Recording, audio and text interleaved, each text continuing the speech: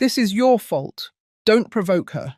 My son, Robert, yelled at me through the door as I desperately pounded on it, trying to get out of my own bedroom. I had just discovered that the keys to my apartment were gone, and it was no accident. My son had deliberately hidden them, so I couldn't escape the constant abuse from my daughter-in-law, Jessica. I'm leaving for work, and you better not cause any trouble, he continued yelling before I heard his footsteps fade down the hall. An hour later, he would return from work, and seeing the scene he would find in the living room, he would cry out in despair, "What have you done?" and rush toward the phone. But that part of the story was still to come, and I had no idea what awaited me. I'm Mary. I'm 66 years old, and I never imagined the day would come when my own son would turn me into a prisoner in my own home. The same home I bought with my savings from 40 years working as a nurse at the municipal hospital. The home where I raised Robert, with so much love after his father died when he was only 12 years old. It all started 2 years ago, when Jessica entered our lives like a destructive hurricane. At first, she seemed like the perfect daughter-in-law, educated, elegant, always with a smile that I now know was completely fake.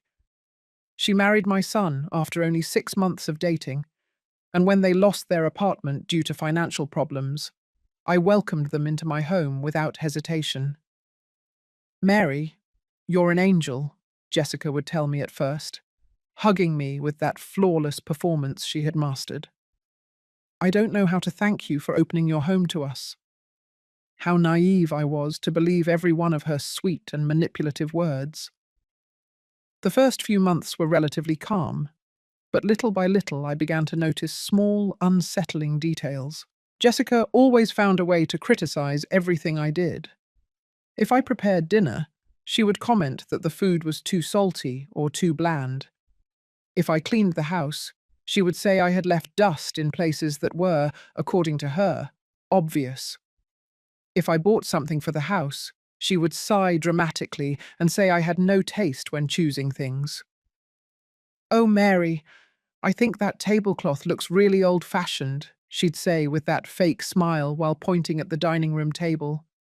"And those green curtains are out of style. You should change them for something more modern." Every comment was like a small knife plunging into my self-esteem. My son Robert, who used to be my confidant and best friend, began to gradually change under his wife's influence. Jessica had a diabolical ability to whisper things in his ear when she thought I wasn't listening.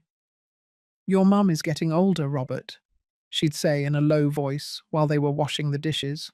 "Maybe we should make more decisions ourselves, to protect her."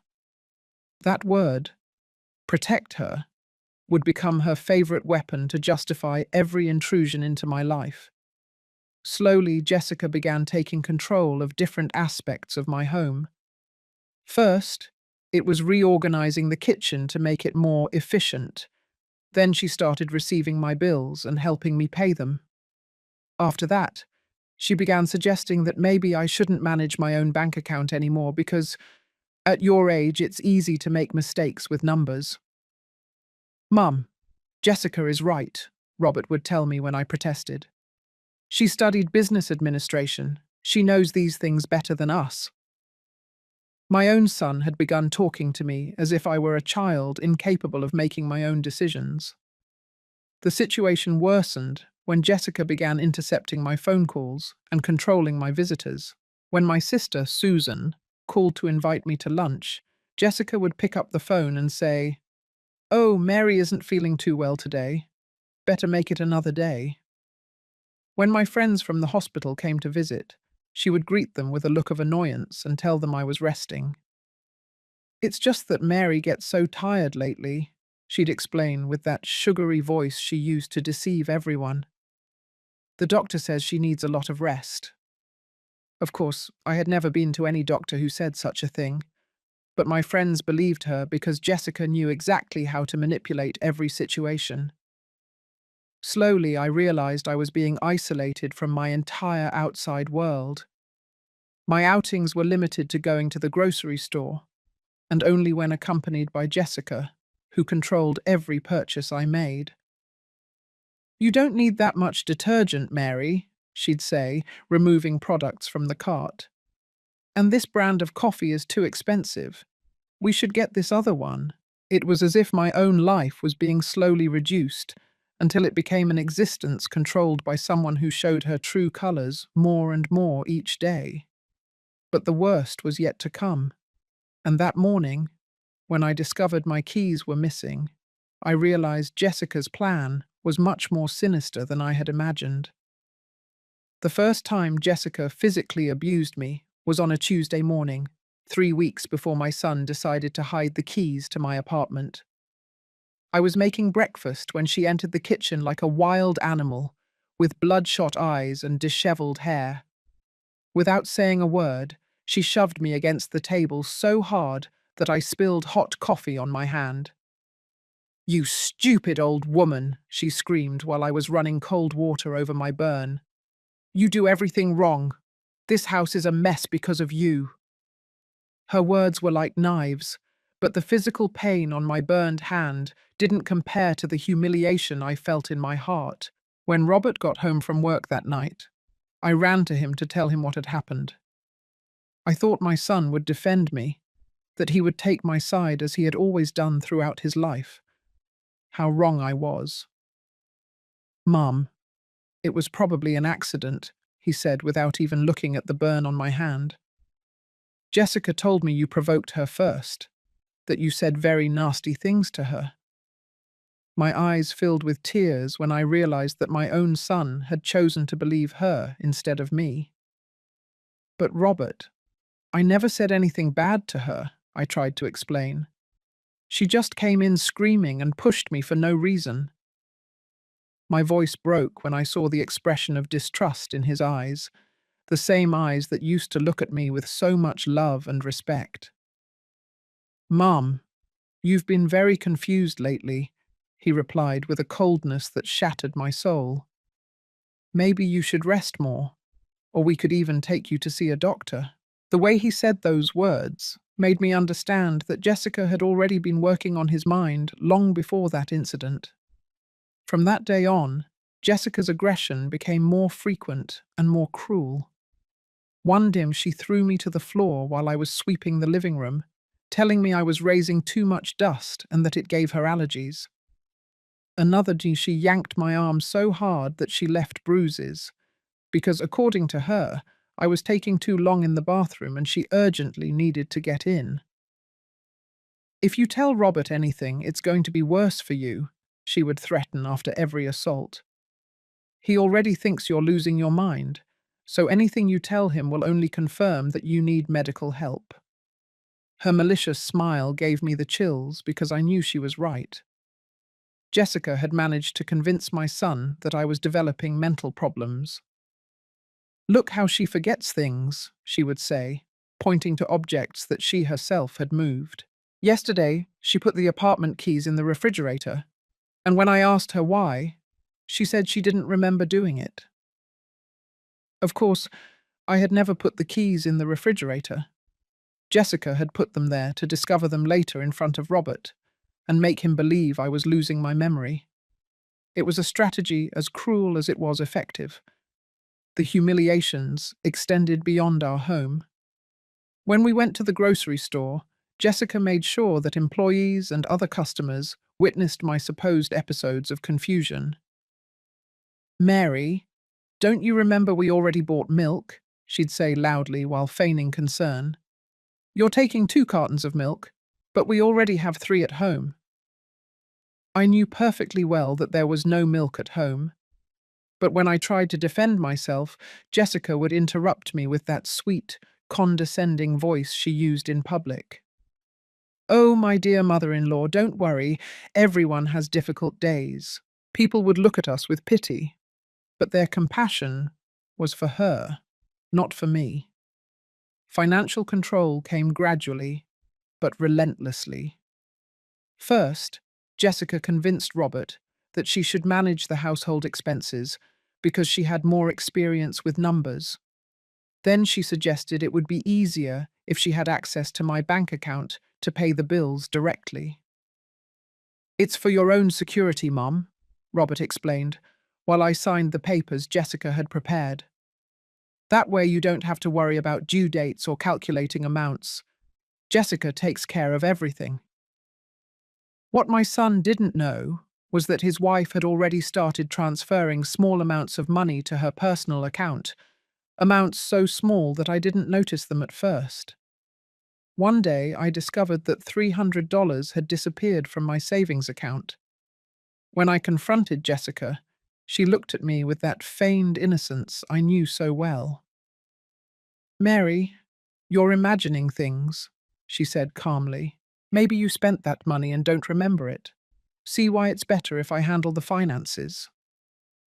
I ran to Robert to tell him about the missing money, but he had already been prepped by his wife for that conversation.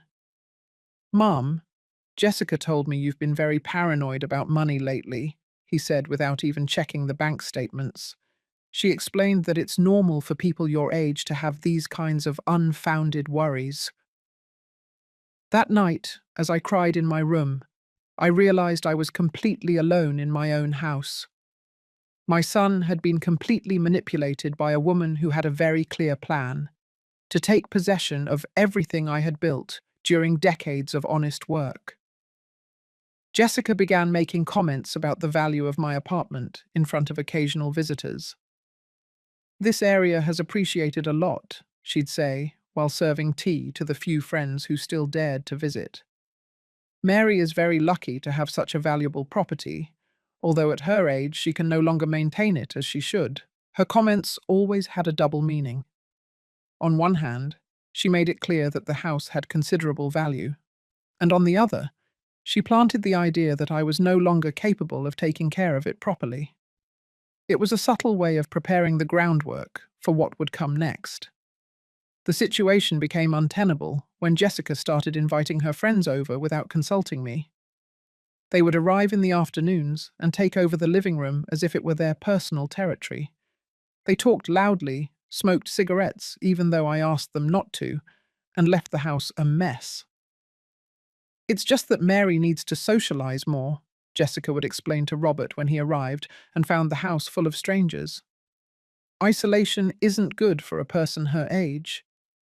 What she was really doing was showing her friends how easy it was to take control of my home, and probably also planning for future witnesses to my supposed mental incapacity. The day I found one of her friends, Carla, searching the drawers in my bedroom, I knew Jessica's plan had escalated to a completely different level. "Oh, sorry, Mary," Carla said brazenly when I discovered her. "Jessica told me to look for some headache pills in your nightstand." Of course, Jessica hadn't asked me for any pills, and when I confronted her, she looked at me with that icy smile that scared me so much. "Mary, no one was searching anything," she told me with a firm voice. "Carla was just looking for a tissue because she felt sick. See how your paranoia is getting worse." That night, when I checked my belongings, I discovered that the copy of my apartment deed that I always kept in my nightstand drawer was missing. When I told Robert, he looked at me as if I had completely lost my mind. "Mom, you're delirious," he said with a mixture of pity and frustration. "Why would Jessica want the papers for the house? She has her own job, her own life. I think you really need medical help." It was at that moment that I realized my son was completely lost to me, and that Jessica had achieved exactly what she wanted: to make me look like a paranoid, incapable old woman while she took control of everything that belonged to me. The day I discovered Jessica's true plan was a Friday afternoon, when she thought I was sleeping in my room. I had pretended to take a nap after lunch, but I was actually awake, trying to process the whole nightmare my life had become. That's when I heard her voice talking on the phone in the living room, and what I heard chilled my blood. "Yes, Dr. Smith, I understand the procedure perfectly," she was saying with that calculating voice I knew so well. My mother-in-law is showing clear signs of senile dementia. She forgets where she puts things, has episodes of paranoia, and yesterday she even tried to physically assault me. Every word was a carefully constructed lie, but it sounded so convincing that even I would have doubted my own sanity if I didn't know the truth. How long does the involuntary commitment process take? She continued asking, because the situation at home is becoming very dangerous. My husband is very worried about everyone's safety. My heart began to pound so hard that I feared she might hear it from the living room. Perfect. Then we need you to evaluate her and issue the corresponding medical certificate, Jessica continued. I'll make sure my husband is present during the evaluation so he can confirm all the episodes we've witnessed. After a pause, she added something that made me tremble with terror. Once she is committed, we can proceed with the sale of the apartment to cover the medical expenses, right? There was the naked, raw truth. Jessica not only wanted to get rid of me, but she was also planning to sell my apartment, my home, the place where I had built my whole life with my late husband, the property that had cost so much work and so many years of sacrifice to buy. Excellent, Dr. Smith, Jessica concluded. We'll see you next Tuesday at 3 o'clock in the afternoon. And remember, it's very important that the medical certificate is convincing because we might face resistance from some family members. When she hung up the phone, I remained paralyzed in my bed, feeling as if the world had collapsed around me.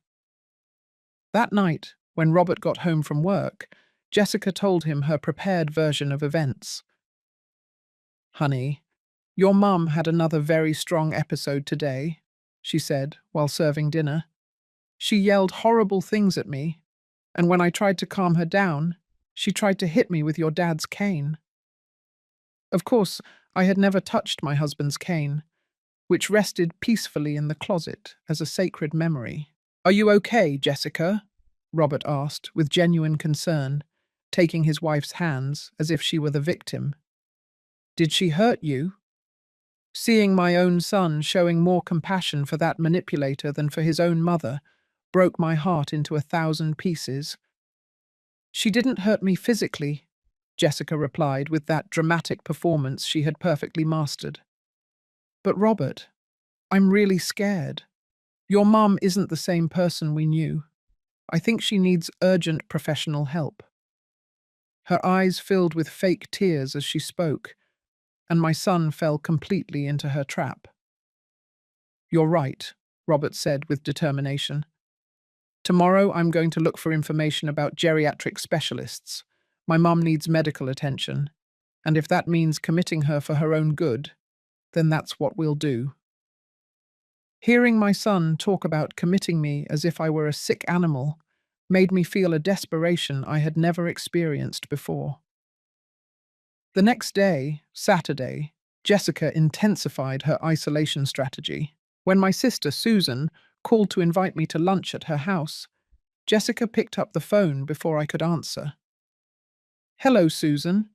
This is Jessica, she said, with that sugary voice she used to deceive everyone. Mary can't go today because she had a very difficult night. The doctor recommended that she avoid outings until we stabilize her medication. What medication? I yelled from my room, but Jessica had already hung up the phone. When I tried to call Susan to explain the truth, I discovered that Jessica had disconnected the phone in my room during the night.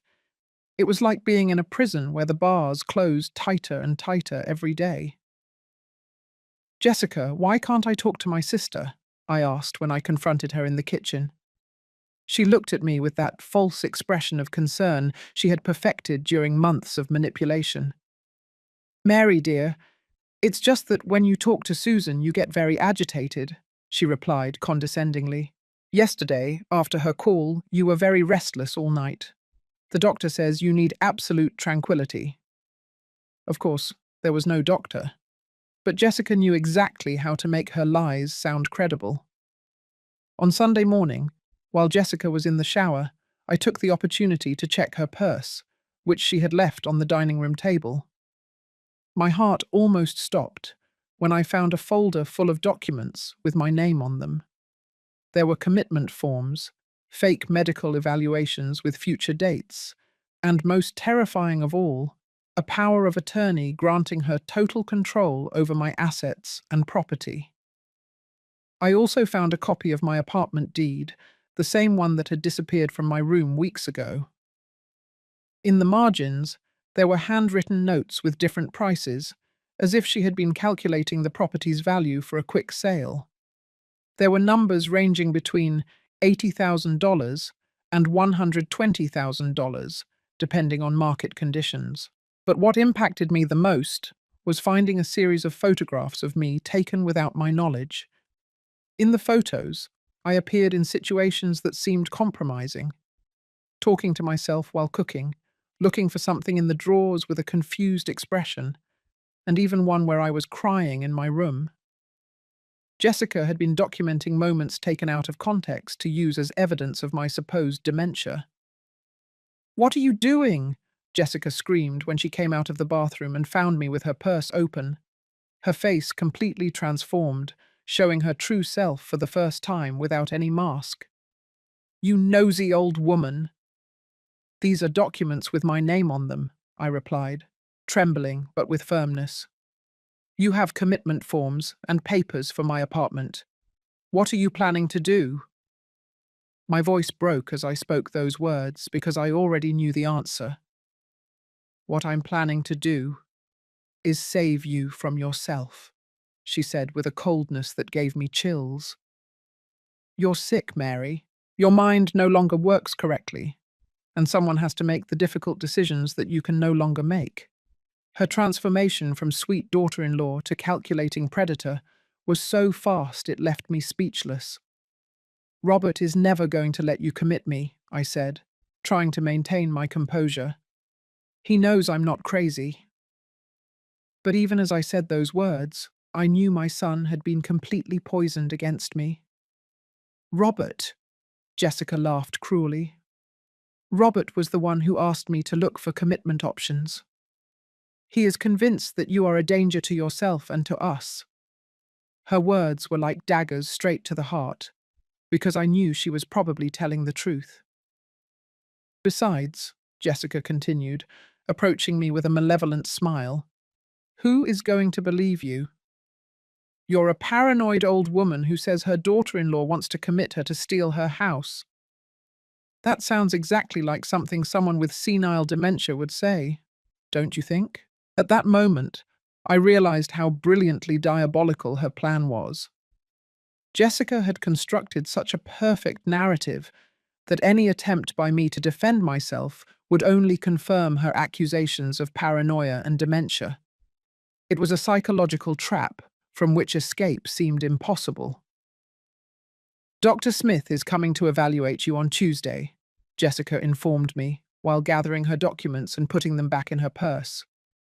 "And I assure you that after that evaluation, you will be in a place where you will finally receive the attention you need." The way she said attention made me understand that she meant sedatives and confinement, not real medical care. "And don't even think about trying to escape or calling anyone," Jessica added before leaving the kitchen. "Because if you do, I'll tell Robert you had another violent episode and tried to flee the house in a state of confusion. Do you know what that would mean for your medical evaluation?"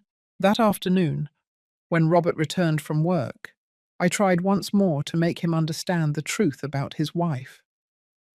"Son, please listen to me," I begged, taking his hands. "Jessica isn't who you think she is. She is planning to commit me to take my apartment." Robert looked at me with that expression of pity mixed with frustration that had become so familiar in recent weeks. "Mum, do you hear yourself when you talk?" he replied tiredly. "You are accusing my wife of wanting to rob you. Don't you realize how paranoid that sounds?" "But I saw the documents," I insisted desperately. "She has commitment forms and papers for the house. Even photographs of me that she took without me knowing." My voice grew sharper with every word. because I could see that he didn't believe a single word I was saying. "Mum, Jessica told me that you found her looking through her purse," Robert said, with feigned patience. "That's not okay. People don't go through others' private belongings unless they have problems with boundaries and reality." Every one of his words confirmed to me that Jessica had gotten to him first to tell him her version of events. That night, lying in my bed, I realized I was completely alone and that my time was quickly running out. On Tuesday, Jessica would bring Dr. Smith, who had probably already been bribed or deceived, to issue the commitment certificate. Once that paper was signed, my freedom would disappear forever, and Jessica would have a free pass to sell my apartment and keep all my assets. On Monday morning, I woke up with a determination I hadn't felt in months. If Jessica thought I was going to give up without a fight, she was very wrong. I had less than 24 hours before Dr. Smith arrived, and I needed to find some way to prove that this whole situation was a carefully orchestrated sham. My first strategy was to try to recover some evidence of Jessica's machinations. While she was showering, I searched every corner of the house looking for the folder of documents I had seen the day before. I checked her room, her closet, even under the mattress, but it was as if it had disappeared by magic.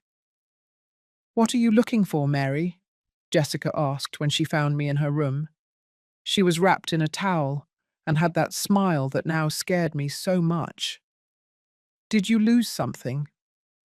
Her mocking tone confirmed to me that she had moved the documents to a place where I would never find them. "I was looking for my blood pressure pills," I lied, trying to stay calm. "I thought maybe I left them here when I cleaned your room last week." I knew it was a weak excuse, but I needed to buy time. "Your pills are on your nightstand, where they have always been," Jessica replied with false patience. "See? This is exactly what I'm going to explain to the doctor tomorrow. The confusion, the disorientation, the erratic behavior. Every one of her words was like a death sentence for my freedom. I decided to change strategies and tried to contact my sister, Susan, from the kitchen phone, but when I dialed her number, I discovered that the line had been disconnected. Jessica had cut the telephone service for the whole house except for her cell phone, which she kept with her at all times. "Jessica, why isn't the phone working?" I asked when I found her calmly eating breakfast at the dining room table. She looked up from her coffee with that feigned innocence she had perfected.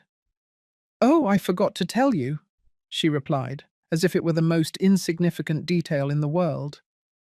"I cancelled the landline service because no one uses house phones anymore. It's cheaper to just use cell phones." Of course, I didn't have a cell phone, because Jessica had convinced Robert that it was too complicated for someone my age. My despair grew when I realized I was completely isolated from the outside world. I had no phone, no keys to leave the apartment, and no way to communicate with anyone who could help me. Jessica had built a perfect prison around me. "You know what, Mary?" Jessica said, while spreading jam on her toast. "I think we should get you ready for the doctor's visit tomorrow. Maybe you should take a shower and put on that pink dress you like so much. We want you to look your best." Her request sounded innocent, but I knew she wanted me to look presentable for the evaluation that would determine my fate. During the rest of the morning, Jessica behaved in a strangely kind way toward me. She made me breakfast, offered me tea, and even put on soft music on the radio.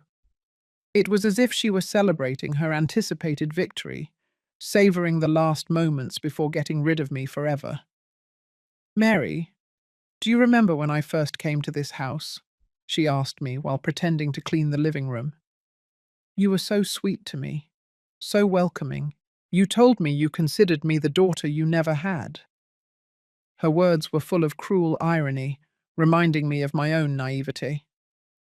"Too bad things have changed so much," she continued with false sadness. "But I guess that's life. People get old, their minds deteriorate, and someone else has to take control. The casual way she talked about destroying my life made me feel nauseous. Around noon, I heard the sound of keys in the door. My heart raced, thinking that maybe Robert was coming home early from work. But when the door opened, a woman I had never seen before walked in. She was young, blonde, dressed in expensive, elegant clothes, and had the same calculating smile as Jessica. "Marissa!" Jessica exclaimed, hugging the stranger. "I'm so glad you could come." They acted like old friends, but there was something about their interaction that immediately put me on alert. "Jessica, dear, everything is ready for tomorrow," Marissa said in a low voice, but loud enough for me to hear from the kitchen where I was pretending to wash the dishes. "Dr. Smith already has all the forms prepared, and the nursing home has a room available starting Wednesday." "Perfect," Jessica replied with satisfaction. "And what about the apartment? Did you contact the real estate agent?" Her words confirmed my worst fears. They weren't just planning to commit me. They already had everything organized to sell my home immediately afterward. "I already have 3 interested buyers," Marissa continued. "One of them is willing to pay $110,000 in cash if we close the sale before Friday." Hearing 2 strangers discuss the price of my apartment as if it were merchandise filled me with a rage I hadn't felt in years. "Excellent," Jessica said, rubbing her hands with greed. "Once we have the mental incapacity certificate, I can activate the power of attorney and proceed with the sale immediately." It was evident that she had planned every detail of her scheme with military precision. I couldn't stand it anymore, and entered the living room where they were talking. "Who is this woman?" I asked them directly. "And why are you talking about selling my apartment?" My voice trembled with indignation, but I tried to maintain my composure. "Mary, this is Marissa, my cousin," Jessica explained with that fake smile. "She's a real estate agent and came to give us some advice on property values in this area." Of course, it was another carefully constructed lie. "Pleasure to meet you, Mrs. Mary," Marissa said with false courtesy. "Jessica has told me a lot about you. I'm so sorry to hear you are going through such difficult times." Her feigned compassion was so transparent that I wanted to slap her. "I am not going through any difficult times," I replied firmly. "The only difficult thing is living with people who plan to steal my home." My direct accusation made Marissa and Jessica exchange a significant look. "Mary, dear," Jessica said condescendingly, "do you see what I mean? The paranoia is getting worse every day." She addressed Marissa as if I weren't present. "She thinks we are all conspiring against her. It's very sad to see her like this." "It's understandable," Marissa replied, playing along. "My grandmother went through the same thing before we had to make difficult decisions for her own good."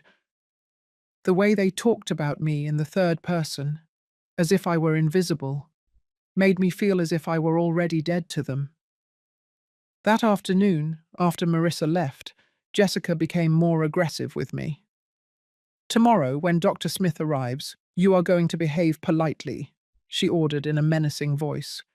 "You are not going to make dramatic scenes or invent paranoid stories about robberies and conspiracies." "And if I don't?" I asked defiantly. I had nothing left to lose, so I decided to confront her directly. "What are you going to do? Hit me in front of the doctor?" "I don't need to hit you," Jessica replied with an icy smile. "With your erratic behavior today, I have enough evidence to prove that you are a danger to yourself." She took out her cell phone and showed me several video recordings she had taken without me knowing. In the videos, I appeared frantically searching her room, talking aloud to myself while cooking, and even crying in my room. All the moments had been taken out of context, but for someone who didn't know the true situation, they certainly seemed like symptoms of dementia or mental instability. "This is what Dr. Smith is going to see tomorrow," Jessica informed me, putting the phone away. Videos of an old woman who searches other people's rooms, who talks to herself, who cries for no apparent reason, and who accuses her family of wanting to rob her. Her plan was so perfect that even I had begun to doubt my own sanity. That night, as I lay in my bed, unable to sleep, I realized that I had completely underestimated Jessica's intelligence and cruelty. She wasn't just a manipulative daughter-in-law, but a professional predator who had probably done this before with other victims.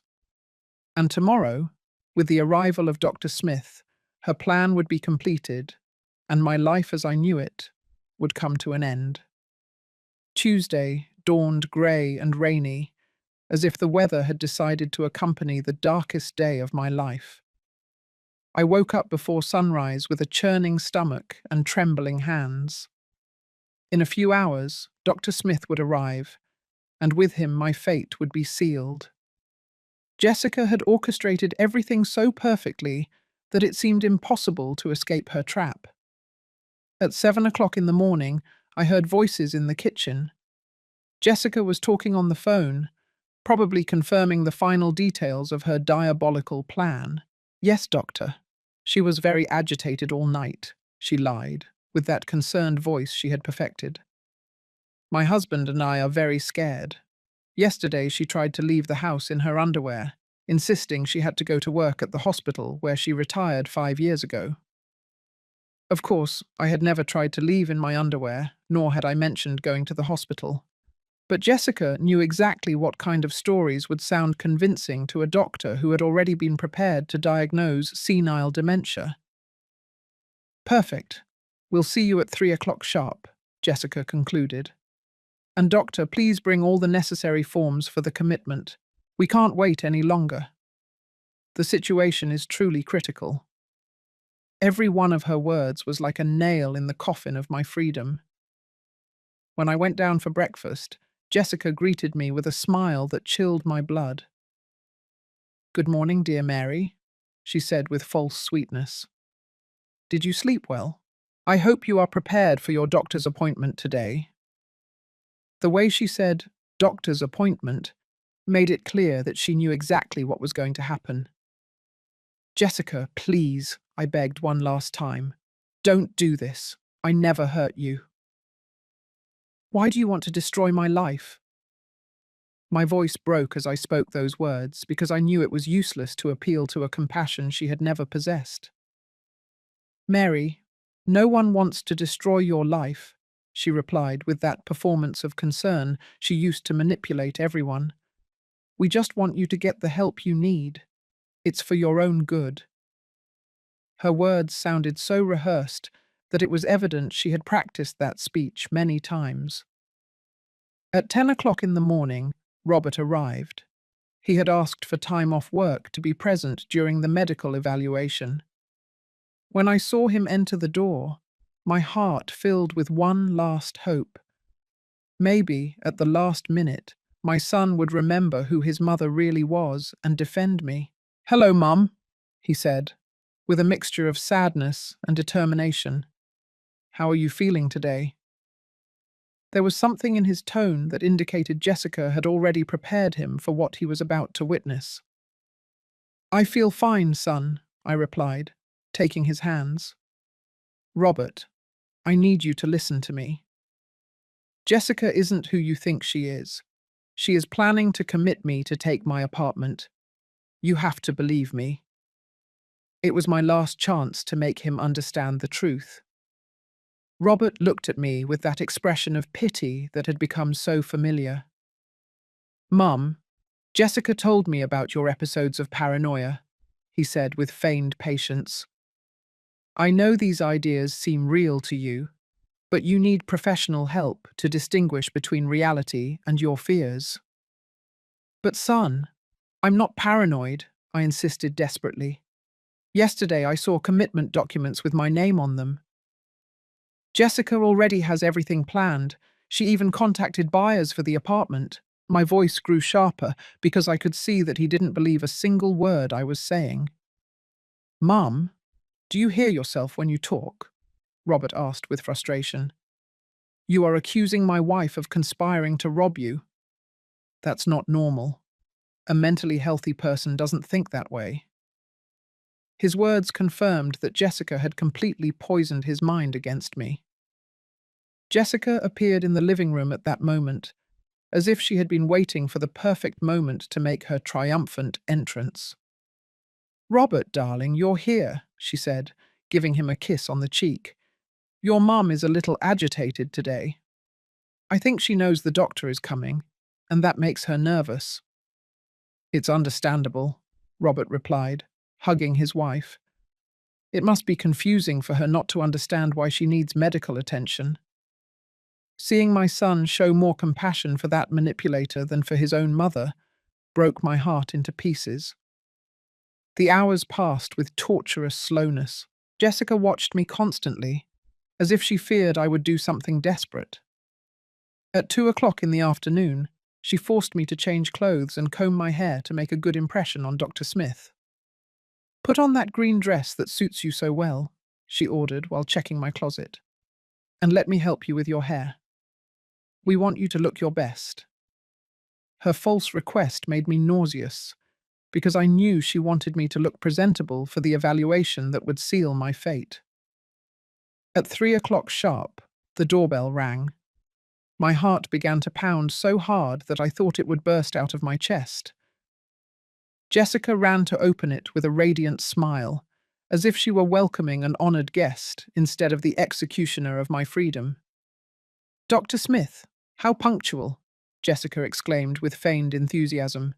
"Please come in. Mary is waiting for you." Her performance was so convincing that even I would have believed she genuinely cared about my well-being. Dr. Smith was a man in his 50s, tall, with a grey beard and glasses. He wore a dark suit and carried a leather briefcase that probably contained all the necessary forms to commit me. His expression was serious but kind, like someone who is used to making difficult decisions about the lives of others. "Mrs. Mary," he said, shaking my hand firmly. "I am Dr. John Smith, a geriatrician specializing in dementia.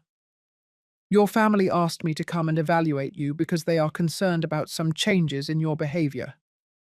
His voice sounded professional and competent, but I knew he had already been influenced by Jessica's version. "Doctor, I feel perfectly fine," I replied, trying to stay calm. "I don't know why my family thinks I need a medical evaluation. Maybe they are the ones who need help." I knew those words would sound defensive, but it was the truth. "It's understandable that you feel that way," the doctor replied with professional patience. "Many people in your situation don't perceive the changes that others notice. That's why it's important to do an objective evaluation." His words confirmed that he had already decided my diagnosis before arriving. Jessica approached the doctor with the folder I had seen days ago. "Doctor, here is the evidence of the episodes I mentioned to you on the phone," she said, handing him the documents. "Videos, photographs, and a detailed log of all the incidents over the last few months." As the doctor reviewed the contents of the folder, I could see the satisfaction in Jessica's eyes. She had built a case so solid against me that it was practically impossible to refute. Every photograph, every video, every false document had been carefully prepared to support her narrative of senile dementia. "I see you have documented everything very meticulously," the doctor told Jessica with approval.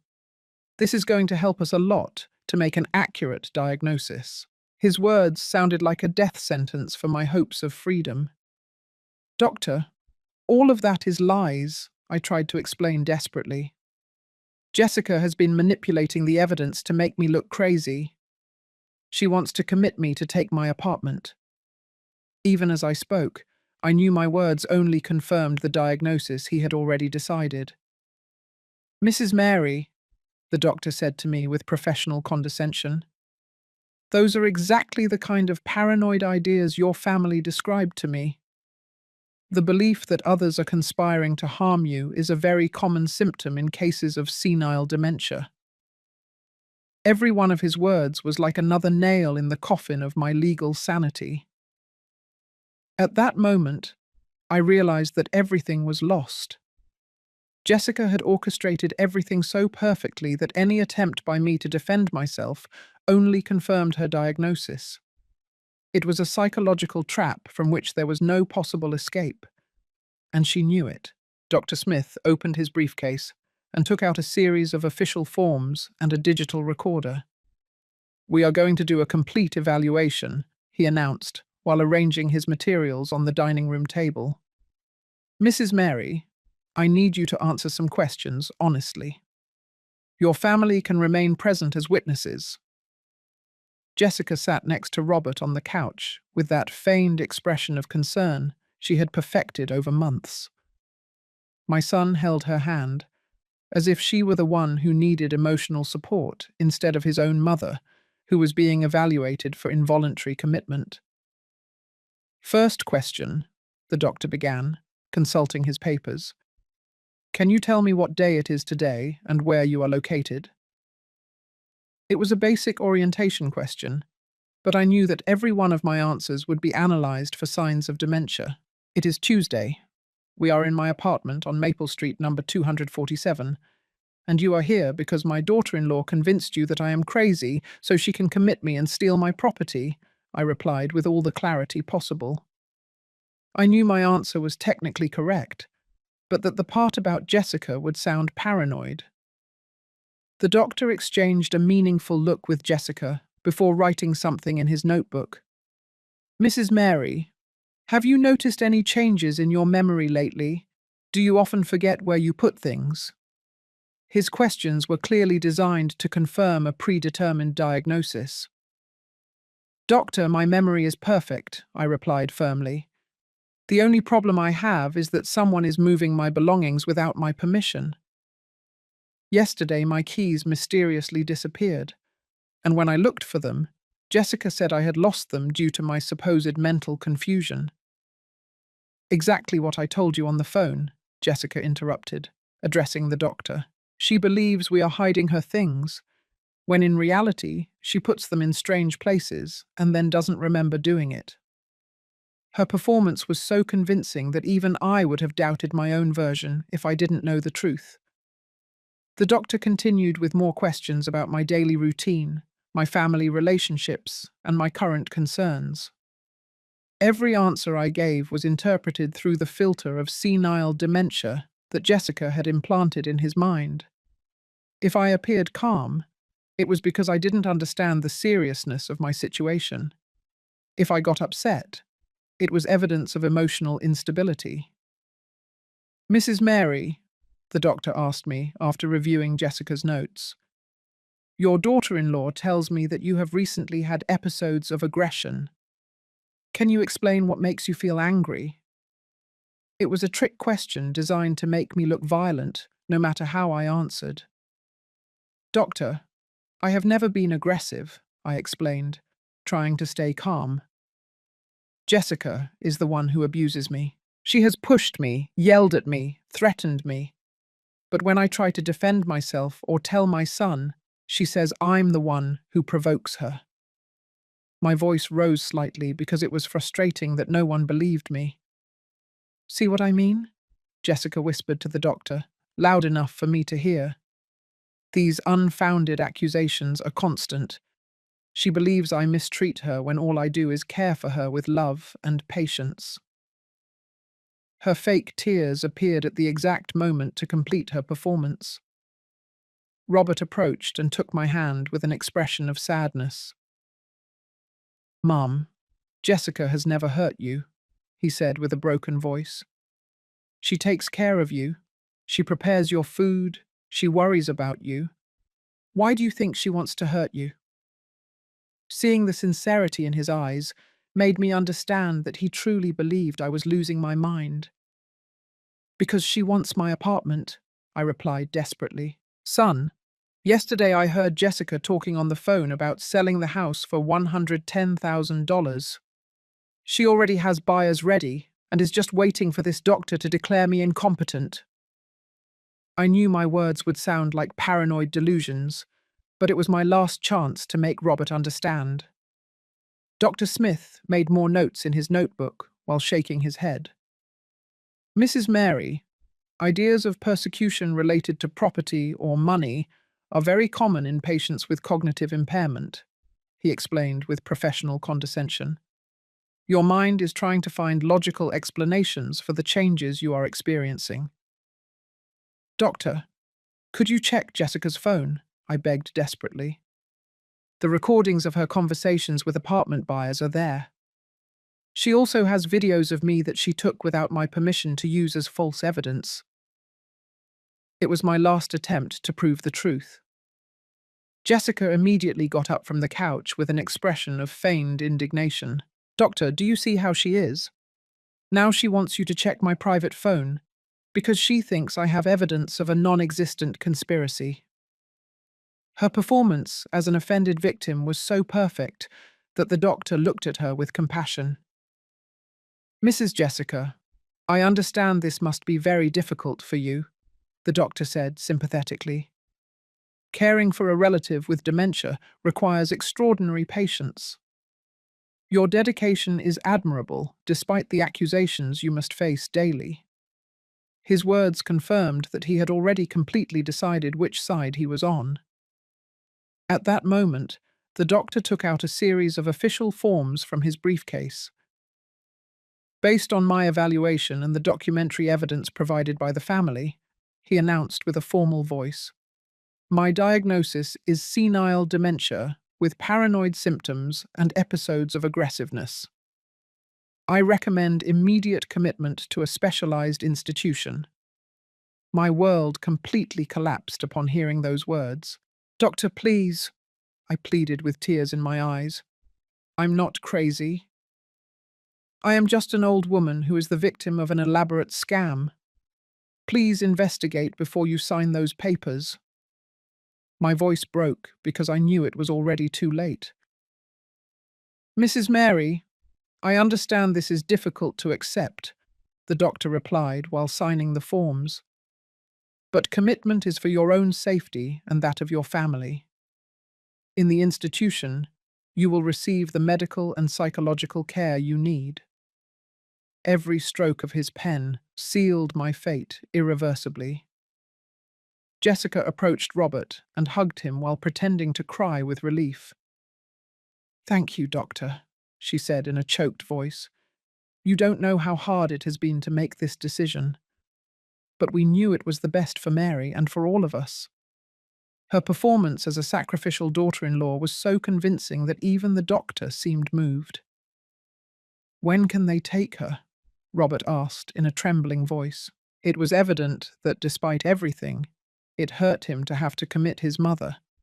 But Jessica had convinced him that it was the only option. We want her to get help as soon as possible. The ambulance can come tomorrow morning, the doctor replied, consulting his agenda.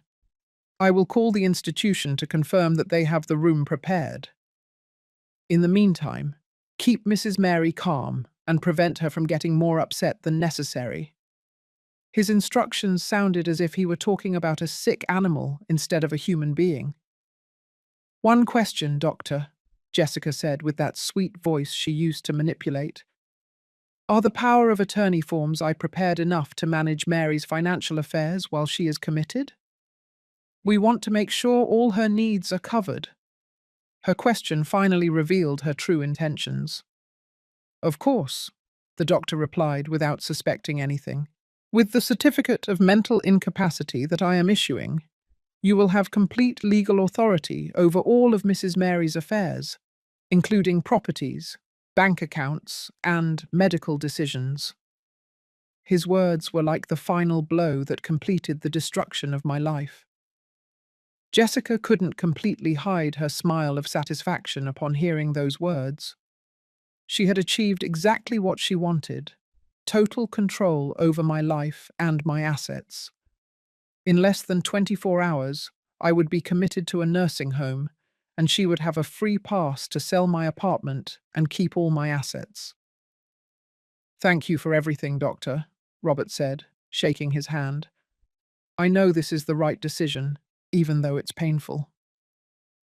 My son truly believed he was doing what was best for me, without realizing that he had been completely manipulated by a predator who had planned everything from day one. That night, after the doctor left, I stayed alone in my room, knowing it would be my last night in the home I had built with so much effort. Tomorrow morning, the ambulance would come. They would take me to the nursing home, and Jessica would immediately begin the procedures to sell my apartment. Her diabolical plan had been executed to perfection, and I hadn't been able to do anything to stop it. I couldn't close my eyes for a second that night. Every time I heard a noise in the house, my heart raced, thinking that maybe the ambulance had arrived early. Jessica had completely won, and I would be in a nursing home before noon, while she would immediately begin the procedures to take possession of everything that belonged to me. Around 3 o'clock in the morning, I heard voices whispering in the kitchen. I got up silently and approached my bedroom door to try to hear what they were saying. It was Jessica talking on the phone, probably with her accomplice, Marissa, organizing the final details of her plan. Everything went perfectly, Jessica whispered with evident satisfaction in her voice. The doctor signed all the papers without asking a single question. Tomorrow at 10 o'clock the ambulance is coming, and by Friday we can close the sale of the apartment. Her joy in speaking of my misfortune filled me with a rage I didn't know I was capable of feeling. Yes, Marissa, you can contact the buyer, Jessica continued. Tell him he can have the keys on Saturday if he pays the $110,000 in cash, as he promised. With that money, we can buy our own house and stop pretending we care about this crazy old woman. Her words confirmed what I had always suspected. She had never felt anything genuine for me or my family. Robert, don't worry about him, Jessica continued cruelly. He's so manipulated that he'll never suspect anything. He thinks I'm really doing this out of love for his mother. He's so naive that he'll probably thank me for having made the difficult decisions he couldn't make. Hearing how she mocked my son broke my heart. Once we have the money, we'll invent some family emergency to move to another city, Jessica concluded. Robert will never have to know that his mother died alone in a nursing home, while we spent her inheritance on vacations and luxuries. Her words chilled my blood, because she spoke of my death as if it were inevitable. I returned to my bed, trembling with horror and rage. Jessica was not only planning to rob me, but she also planned to abandon Robert once she had the money. My poor son would not only lose his mother, but he would also be betrayed by the woman he had placed all his trust in. At 6 o'clock in the morning, Jessica entered my room with a breakfast tray. "Good morning, dear Mary," she said with that fake smile that now made me nauseous. "I brought you coffee and toast. We want you to have a good breakfast before your trip." The way she said trip made it clear that she knew exactly what awaited me. "Jessica, please," I begged one last time. "Don't do this. You can keep the apartment. You can keep all my money. But don't commit me. I promise I will never tell Robert about your plans." It was a desperate lie, but I was willing to say anything to avoid the nursing home. "Oh, Mary," Jessica replied with false compassion. "It's already too late for negotiations. The papers are already signed, the ambulance is already scheduled, and your room in the nursing home is already paid for." Her words confirmed that there was no turning back. "Besides," Jessica continued, sitting on the edge of my bed, "do you really think I was going to trust you? You are too dangerous to leave loose. As soon as you had the opportunity, you would try to convince someone to help you." Her analysis was correct, and we both knew it. At 8 o'clock in the morning, Robert arrived. He had asked for another day off work to be present during my transfer to the nursing home. His eyes were red, as if he had cried all night, but his determination remained firm. "Good morning, Mom," he said, kissing me on the forehead. "How did you sleep?" His question was so innocent that I wanted to hug him and tell him the whole truth about his wife, but I knew it was useless. "I didn't sleep at all, son," I replied honestly. "Do you really think this is the right thing to do? Committing your own mother to a nursing home?" It was my last attempt to make him reconsider his decision. Robert sighed deeply before answering. "Mum, it's the hardest decision I've ever had to make in my life," he said with a broken voice. "But the doctor was very clear. You need specialized care that we cannot give you at home." The sincerity in his voice confirmed that he really believed he was doing the right thing. "And what's going to happen to the apartment afterward?" I asked directly. "Is Jessica going to stay here alone?" I wanted to see if he knew anything about his wife's sales plans. "Jessica and I are going to keep the house exactly as it is," Robert replied with conviction. "It's your home, Mum, and it always will be.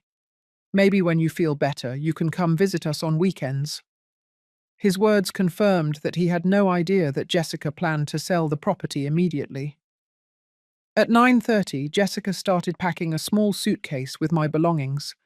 She chose only the oldest and most worn clothes, leaving aside everything that had any value. "You don't need much at the nursing home," she explained while selecting my belongings. "They will give you uniforms and everything necessary there." "Can I take the photograph of my husband?" I asked, pointing to the portrait that had always been on my nightstand. It was the only thing I really cared about, keeping from my previous life. "Of course," Jessica replied with feigned generosity, "but we'll take a copy instead, in case it gets lost or broken during the transfer." She took the original photograph and put it away in a drawer, giving me a black and white copy she had made years ago instead. Even in that last moment, she was stealing something precious from me. At 10 o'clock sharp, we heard the ambulance siren approaching down the street. My heart began to pound so hard that I thought I was going to have a heart attack.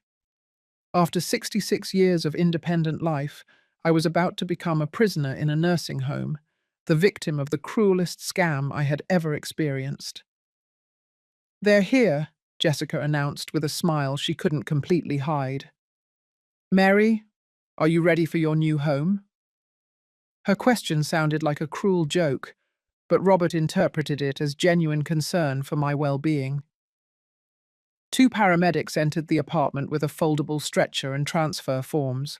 They were young, professional, and clearly used to dealing with resistant elderly people who didn't want to go to a nursing home. They looked at me with the same distant compassion that they probably showed all their geriatric patients. "Mrs. Mary," the older paramedic said to me, "I'm Robert, and this is my partner Henry. We're going to take you to your new home, where you will receive the best possible care." His voice was kind but firm, making it clear that there would be no discussion about my transfer. "I don't want to go," I told them directly. "I am the victim of a scam. My daughter-in-law is stealing my apartment and committing me against my will." I knew my words would sound like the delusions of a demented old woman, but I had to try. The paramedics exchanged a knowing look before Robert replied with professional patience. "Mrs. Mary, we understand this is difficult to accept," he said condescendingly, "but Dr. Smith explained your situation to us. You will be much better cared for at the institution." Jessica approached the paramedics with fake tears in her eyes. "Please be patient with her," she asked them with a perfect performance. "The last few months have been very difficult for the whole family. We hope that in the nursing home she can find the peace and care she needs." Her performance was so convincing that the paramedics looked at her with admiration for her dedication. "Don't worry, Mom," Henry replied. "We are used to these cases. Your mother-in-law will be in the best possible hands." His words sealed my fate definitively. When they helped me get up from the bed to take me to the stretcher, my legs trembled so much that I almost fell. It wasn't just physical fear. but the complete realization that my life as I knew it had come to an end. In less than an hour, I would be in a nursing home, medicated and controlled, while Jessica started selling everything that belonged to me. "Goodbye, Mum," Robert said, hugging me with tears in his eyes. "I promise I will visit you every week. And when you feel better, you can come home." His words broke my heart, because I knew I would never see my home again, and that I probably wouldn't see my son again either after Jessica left with the money. The paramedics helped me lie down on the stretcher, while Jessica supervised every movement with that smile of satisfaction that she no longer bothered to completely hide. Robert paced nervously around the room, clearly affected by the situation, but convinced that he was doing the right thing for my supposed well-being. "Wait a moment," a voice said from the front door. It was Rose, my next-door neighbour, a 70-year-old woman who had always been very observant. "What's going on here? Why are they taking Mary away in an ambulance?" Her unexpected appearance made Jessica visibly tense. "Hello, Mrs. Rose," Jessica replied quickly, stepping between my neighbour and the stretcher. "Mary needs specialised medical attention. The doctor determined that it's the best for her mental health." Her voice sounded controlled, but I could notice a slight tremble of nervousness. Rose approached me with a worried expression. "Mary, dear, are you okay with this?" she asked, taking my hand. "Yesterday I heard you crying in your room, and this morning I heard strange voices in your apartment." Her words made Jessica exchange a nervous glance with the paramedics. "Rose, please don't interfere," Jessica told her firmly. "This is a very difficult family decision we made for Mary's well-being. The doctor already did the corresponding evaluation." I tried to speak, but one of the paramedics had started securing the straps of the stretcher. "Mrs. Rose," Robert, the older paramedic, intervened. "We understand your concern, but we have specific medical orders. Mrs. Mary needs immediate transfer for her safety." His professional tone indicated that there would be no more discussion on the matter. Rose was not intimidated and addressed Robert directly. "Robert, son, do you really believe your mother needs to be in a nursing home?" she asked seriously. "I see her every day, and Mary has always been a perfectly lucid and capable woman." Her words made my son hesitate for a moment. "Mrs. Rose, you don't live with us," Robert replied with uncertainty. "You haven't seen the episodes we've witnessed in the last few weeks. Jessica documented everything for the doctor." It was evident that he was starting to doubt, but Jessica immediately intervened. "Rose, I understand this is shocking," Jessica said, with that manipulative voice I knew so well. "But Mary has been hiding her symptoms very well when she's in public. At home, the situation is completely different." Her explanation sounded logical to someone who didn't know the truth. At that moment, Rose did something that changed the entire course of events. She took out her cell phone and started playing an audio recording.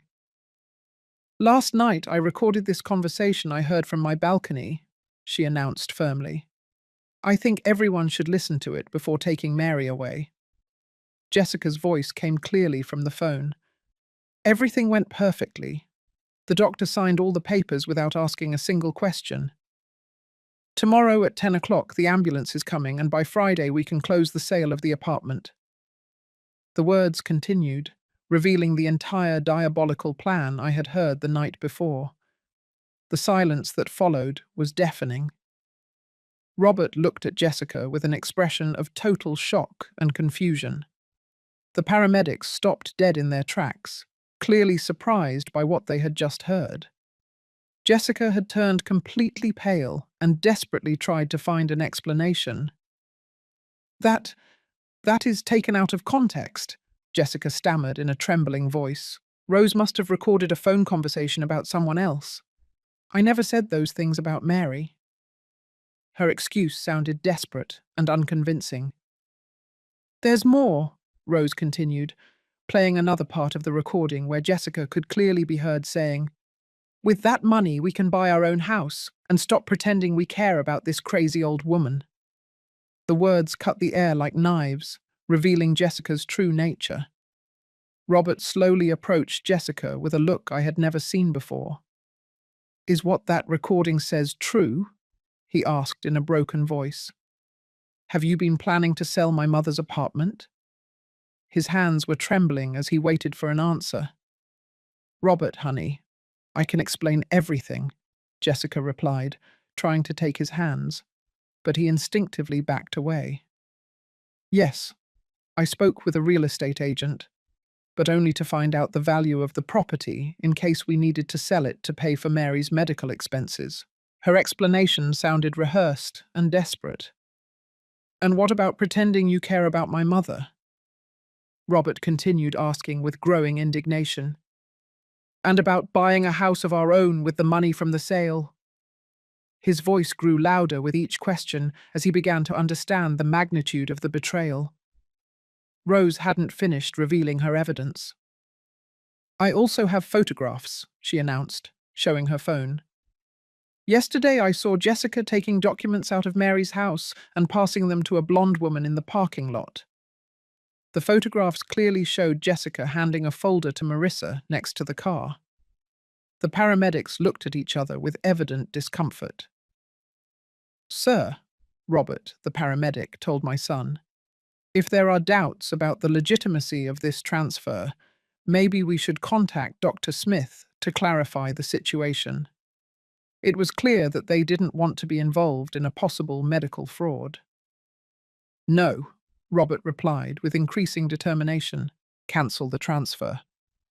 My mother is not going to any nursing home until we have clear answers about this situation." He walked toward the stretcher where I was and began to loosen the straps that held me. Jessica went into complete panic, seeing her plan crumble before her eyes. "Robert, you can't do this," she screamed desperately. "Your mother is sick." The doctor confirmed it.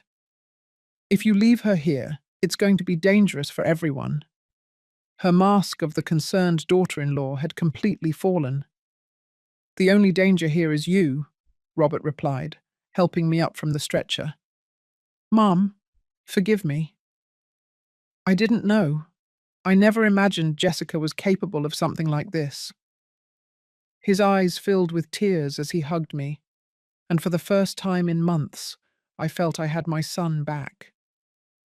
"Where are the keys to my apartment?" I asked Jessica directly.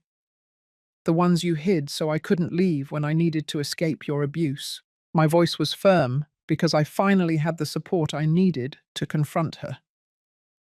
Jessica looked toward the door as if calculating whether she could escape, but Rose had strategically positioned herself to block her exit. "I don't know what keys you're talking about," Jessica lied, but her nervousness was evident to everyone present. "Find them," Robert ordered, with an authority he hadn't shown in months. "Right now. And I want to see all the documents you've been hiding." His transformation from manipulated husband to protective son was complete and definitive. Rose approached me with a triumphant smile. "Mary, dear, I knew something wasn't right," she said, taking my hand. "The walls of these apartments are thin, and I've been hearing very strange conversations for weeks." Her bravery in intervening had saved my life and my freedom. The paramedics started gathering their equipment, clearly relieved not to have to complete a transfer that now seemed fraudulent. "Sir, we are going to report this situation to our supervisors," Robert, the paramedic, informed my son. "And we recommend that you contact the authorities if you suspect criminal activity." At that moment, I realized that the nightmare was finally over. Jessica had been exposed, Robert had come to his senses, and I was not going to be committed against my will. But I knew that the final confrontation was still to come, and that Jessica would not give up without a fight until the very last moment. Jessica realized that her world of lies had completely collapsed and adopted a desperate and aggressive attitude that she had never shown in front of Robert. "Fine," she screamed with bloodshot eyes. "Yes, I was planning to sell this damn apartment. And yes, I wanted to get rid of this unbearable old woman who ruined my marriage from day one." Her complete confession left Robert in total shock. My son stepped back as if he had been physically slapped, looking at the woman he had married as if she were a complete stranger. "Jessica, how could you do this to me and my mother?" he asked in a broken voice. "Do this to you?" Jessica laughed bitterly. "Robert, you're so naive. Since we got married, you've been more worried about your precious mummy than your own wife. This house stinks of old age and dead memories. I deserved something better." Her true personality emerged like a poison that had been contained for years. Rose continued recording the entire confession with her cell phone, making sure to capture every incriminating word. The paramedics remained as silent witnesses to the explosion of truths they were witnessing.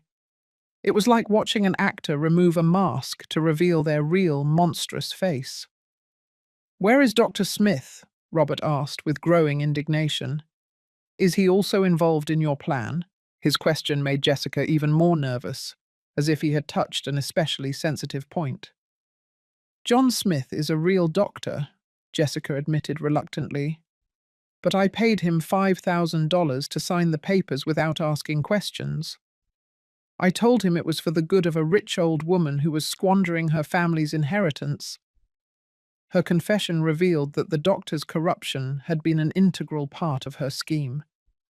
Robert immediately walked toward the house phone to call the police, but Jessica lunged at him, trying to stop him. "You can't do this," she screamed as they struggled. "I'm your wife. You promised to love and protect me." "Everything I did was for our future." Her desperation had made her completely irrational. "Get away from my son!" I yelled, stepping between them. For the first time in months, I felt I had the strength and the right to defend myself and my family. Jessica shoved me violently, making me fall onto the couch, but this time there were witnesses to her aggression. "That's enough!" Robert roared with a rage I had never seen in him before. "Rose, call the police immediately. This woman is going to pay for everything she has done." His transformation from deceived husband to protective son was complete and definitive. Jessica desperately headed for the door, but Rose bravely blocked her, surprisingly strong for a woman her age. "You're not going anywhere until the police arrive," she told her firmly. "I've been documenting your activities for weeks, and I have enough evidence to make sure you pay for your crimes." "Let go of me, you nosy old woman," Jessica yelled at Rose, trying to push her. "This is none of your business. You're just a gossipy neighbor who has nothing better to do." Her disrespect toward Rose confirmed her true, despicable character. The paramedics decided to stay as witnesses until the authorities arrived. "Ma'am," Robert, the paramedic, told Jessica, "we recommend that you calm down and wait to speak with the police. Anything you say or do now can be used against you." His professional advice fell on deaf ears because Jessica was completely out of control. "Where are the keys to my apartment?" I asked her again with renewed authority. "And I want all the documents you stole from my room." My voice was firm because I finally had the necessary support to confront my tormentor. Jessica looked at me with pure hatred before taking the keys out of her pocket and throwing them onto the floor with contempt. "There are your damn keys," she screamed, "as if they had any value. This apartment is worth a fortune and you are wasting it living here like a hermit." Her confession about the value of my property confirmed her financial motives. Robert picked up the keys from the floor and handed them to me with tears in his eyes. "Mum, forgive me for taking away your freedom to move around in your own house," he said with a broken voice. I should never have believed that you were the problem. His sincere apology began to heal the wounds Jessica had caused in our relationship. At that moment, the police arrived, alerted by Rose's call. Two officers entered the apartment and quickly assessed the situation. The presence of the paramedics, Rose's recordings, and Jessica's confessions made the case very clear to the authorities. "Ma'am," the older officer told Jessica, "you are under arrest for attempted fraud, falsification of documents, and elder abuse." As they read her rights, Jessica continued screaming accusations and threats that only worsened her legal situation. "This is unfair," Jessica protested as they handcuffed her. "Mary is a problematic old woman who needs supervision. I was just trying to help my family." Her desperate excuses didn't convince anyone, because the evidence against her was overwhelming. Rose handed all her recordings and photographs to the police as evidence. "Officers, I have been documenting this woman's suspicious activities for weeks," she explained proudly. "I have phone conversations, photographs of document transactions, and evidence of verbal abuse toward Mary." Her meticulousness had been key to exposing the crime. The officer took statements from everyone present, including the paramedics who had witnessed Jessica's confessions. "Mrs. Mary," he told me with respect, "I am very sorry for what you have had to go through.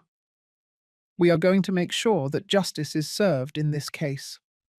His words gave me a sense of validation that I hadn't felt in months. As they took Jessica away in handcuffs, she looked at me one last time with a hatred that gave me chills. "This isn't over, old woman," she yelled as they dragged her toward the police car. "When I get out of jail, I'm going to get revenge on all of you." Her threats confirmed that she never felt remorse for her actions. Robert approached me after the police left and hugged me with an intensity I hadn't felt since he was a child. "Mum, I swear I will never doubt you again," he promised with tears streaming down his cheeks. "Jessica completely manipulated me, but that doesn't excuse me not trusting my own mother." His sincere repentance began to rebuild the bridges Jessica had burned. Rose stayed with us to make sure I was okay after the trauma. "Mary, dear, I always knew something wasn't right," she said, while preparing tea for everyone. "A woman who has worked all her life and raised a wonderful son doesn't lose her mind overnight." Her unwavering support had been my salvation. That night, for the first time in months, I lay down in my own bed, feeling safe and free in my own home. Jessica was in jail, Robert had come to his senses, and Rose had become an invaluable ally. My nightmare was over, but the emotional scars would take time to heal. The next day, Robert and I went to the bank to change all the passwords for my accounts and check for any suspicious transactions Jessica might have made.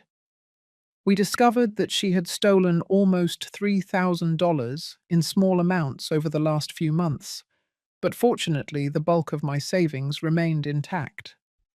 We also contacted a lawyer to begin divorce proceedings and make sure Jessica couldn't claim any rights over my properties or Robert's. The lawyer assured us that with all the evidence we had, the case would be relatively straightforward. Weeks later, during the trial, Jessica was sentenced to 5 years in prison for fraud, falsification of documents, and elder abuse.